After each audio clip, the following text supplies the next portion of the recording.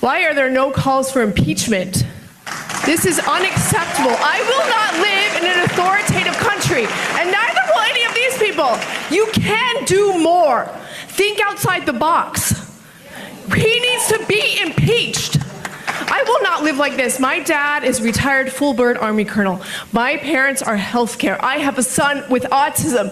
I have kids that attend Title I school. Do you think that there's nothing can be done? No. Do something more. I like you, and I will vote for you if you are brave and you do what we need.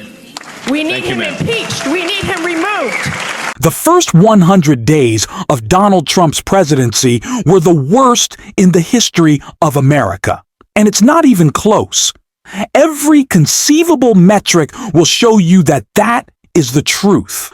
Donald Trump has the worst approval rating of any president in their first 100 days. The worst stock market performance. We're seeing a recession come on as GDP growth has slowed to a negative number, and Donald Trump has been hit with more losses in court and more injunctions than any president in history. Not because the DOJ is weaponized against him, but because he is breaking the law. It couldn't be clearer that Donald Trump's presidency has been an absolute disaster.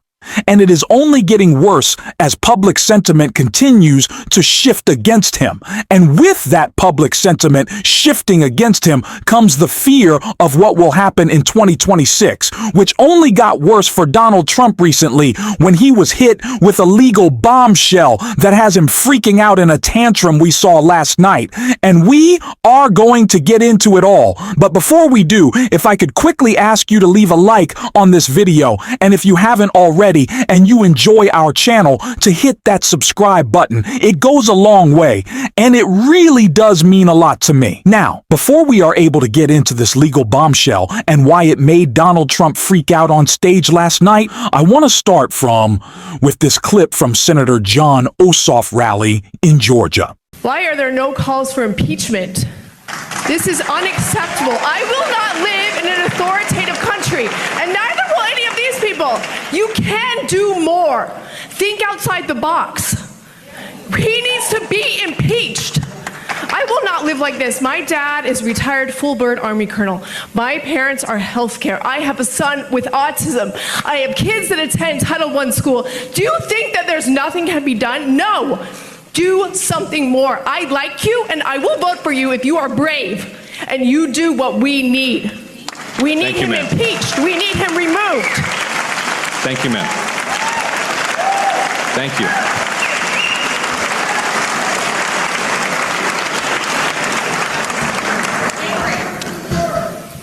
There is no doubt that this president's conduct has already exceeded any prior standard for impeachment by the United States House of Representatives. I mean, I saw just 48 hours ago, he is granting audiences to people who buy his meme coin. Did you guys see this?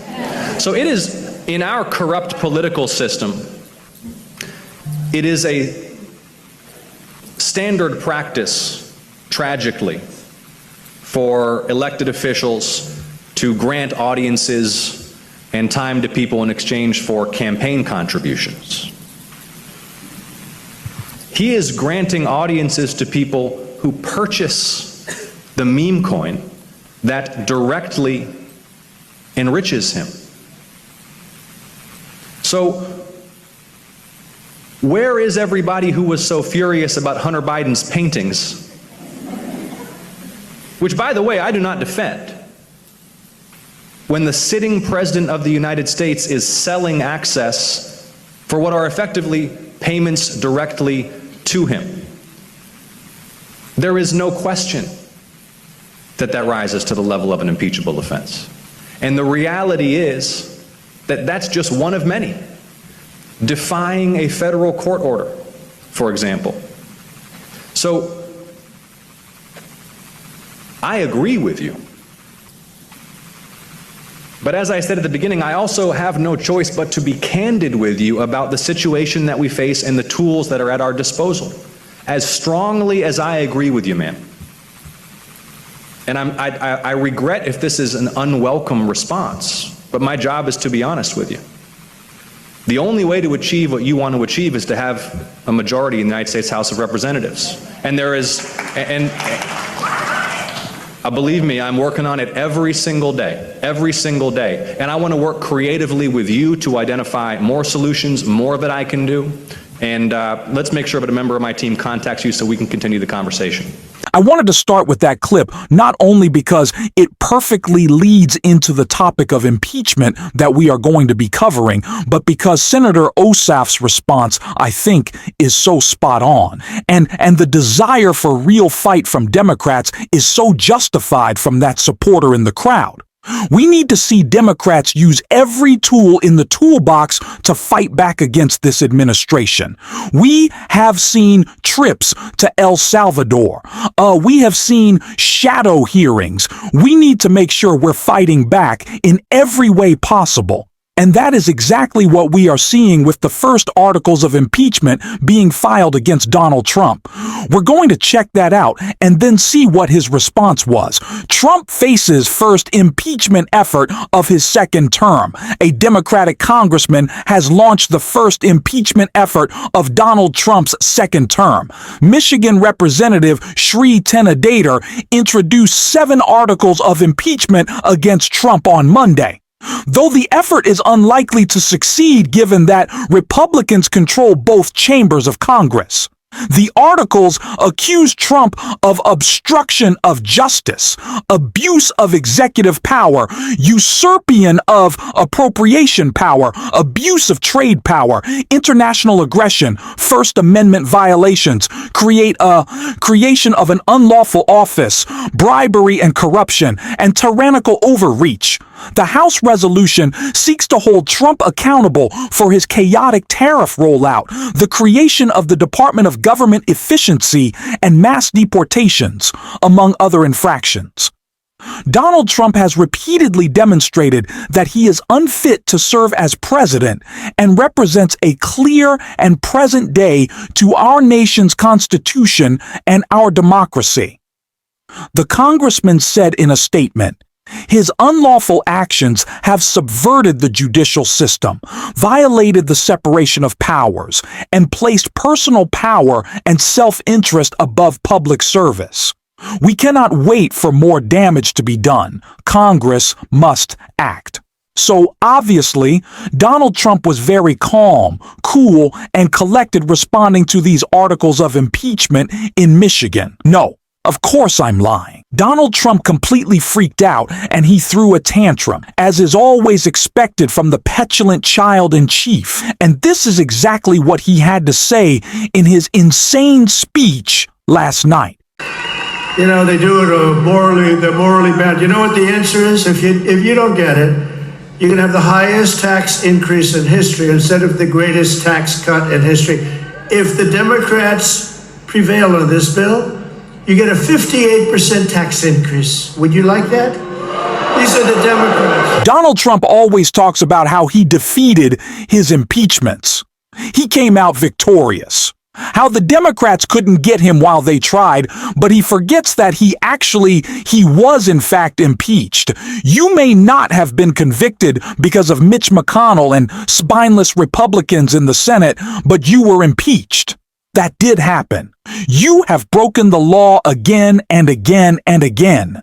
You know, it reminds me of Carolyn Leavitt's defense of Donald Trump, saying this is the president who's been hit with the most injunctions in history, clearly. Oh, they're going after him. Or he's breaking the law the most. Did we ever maybe decide that we would consider that factor, that in to all of us? Number, the man is deporting U.S. citizens, and you think it's the judicial system that's angry at Donald Trump, not Donald Trump, trying to subvert the judicial system. Yeah, there's the cognitive dissonance. And it was all called out by Rachel Maddow right here. We keep seeing U.S. citizens turn up in stories that are ostensibly about immigration enforcement or something having to do with immigration. I mean, Trump's immigration agents have told at least 9 U.S. citizen lawyers, doctors, teachers that they had 1 week to get out of the country or else. U.S. citizens, where are they supposed to go? First, it was 2 U.S. citizen lawyers in Massachusetts that we learned about. Then next, we learned about a U.S. citizen doctor from Cromwell, Connecticut. A few days after that, we learned about a U.S. citizen lawyer in Utah. He got this letter saying, it's time for you to leave the United States. The federal government will find you. He's a U.S. citizen. The next day, we learned of a U.S. citizen lawyer in San Diego. Same threat. Then we learned about another U.S. citizen lawyer in Austin, Texas. The day after that, we got new reporting on a U.S. citizen lawyer in Houston, Texas. This guy is born in Connecticut. He's a lawyer working in Houston. The Trump administration comes to him and threatens him to get out of the country immediately or else. Where is he supposed to go? The day after that, we learned of another U.S. citizen lawyer in Los Angeles, told by the Trump administration to get out of the country immediately, with all the attendant threats. I mean, it just keeps happening. Here's another one reporting from Wisconsin Public Radio. Headline, the federal government will find you. Immigration officials wrongfully told a Fox Valley man to leave the United States. Department of Homeland Security told a retired college administrator to depart the United States immediately. The letter to this random retired college administrator and teacher, an American citizen born in Western Pennsylvania, tells him, quote, if you do not depart the United States immediately, you will be subject to potential law enforcement actions that will result in your removal from the United States. Do not attempt to remain in the United States. The federal government will find you. Please depart the United States immediately. Well, at least they said please in that one. Now, in some cases, reporters who have been following up on these bizarre cases where U.S. citizens are being told to get out of the country, in some cases, reporters following up on these cases have been told by the Trump administration that these threats were sent by mistake.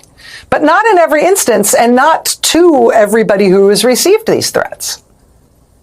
I mean, we've had Trump's immigration agents try to arrest Puerto Ricans in Newark and in Philadelphia. People from Puerto Rico who, by definition, are U.S. citizens by birth. But apparently the Trump administration has not been able to figure that out, so they've been arresting people anyway. In Arizona this month, Trump's immigration agents arrested a U.S. citizen in Arizona, held him for 10 days in an immigration prison, even though he is a U.S. citizen. Leon County, Florida, a week and a half ago, they locked up a U.S. citizen, initially would not let him go, even when his birth certificate showing his birth in the United States was handed to court. And now they have started sending U.S. citizen children out of the country, including one case Friday night in which the deeply conservative Trump-appointed judge in Louisiana who got the case said that he had a, quote, strong suspicion that the government just deported a U.S. citizen with no meaningful process. That judge, I got to tell you, in an extraordinary action, also himself personally tried to get the mother of that citizen child on the phone after Trump's immigration agents had flown her out of the country. The judge tried to get her on the phone himself so he personally could ask the mother whether or not what the Trump administration was saying about her and her child was true, since they offered him no proof at all, and he doesn't have to believe them when they offer no proof. They offered him no proof at all of what they were saying about this mother before flying that U.S. citizen out of the country without a single moment's appearance in court. He was always coming up short on the goal, and so instead of now hitting the numbers, he wants to make the biggest and most disgusting public spectacle possible, and we have to call him out for it. Not only because what he is doing is immoral, but as some Democrats only care about, it's politically smart. You know, we've seen Gavin Newsom or anonymous Democrats in Congress say, this is all a distraction. American citizens being deported. That's not a distraction. That's a constitutional crisis. That's a human rights violation. And we're certainly going to call it out on this show. And if you want to support that, as always, you can hit that subscribe button, leave a like on this video, and if you stuck around to the end, you can drop a blue heart in the comments. And until next time, I'll see you soon.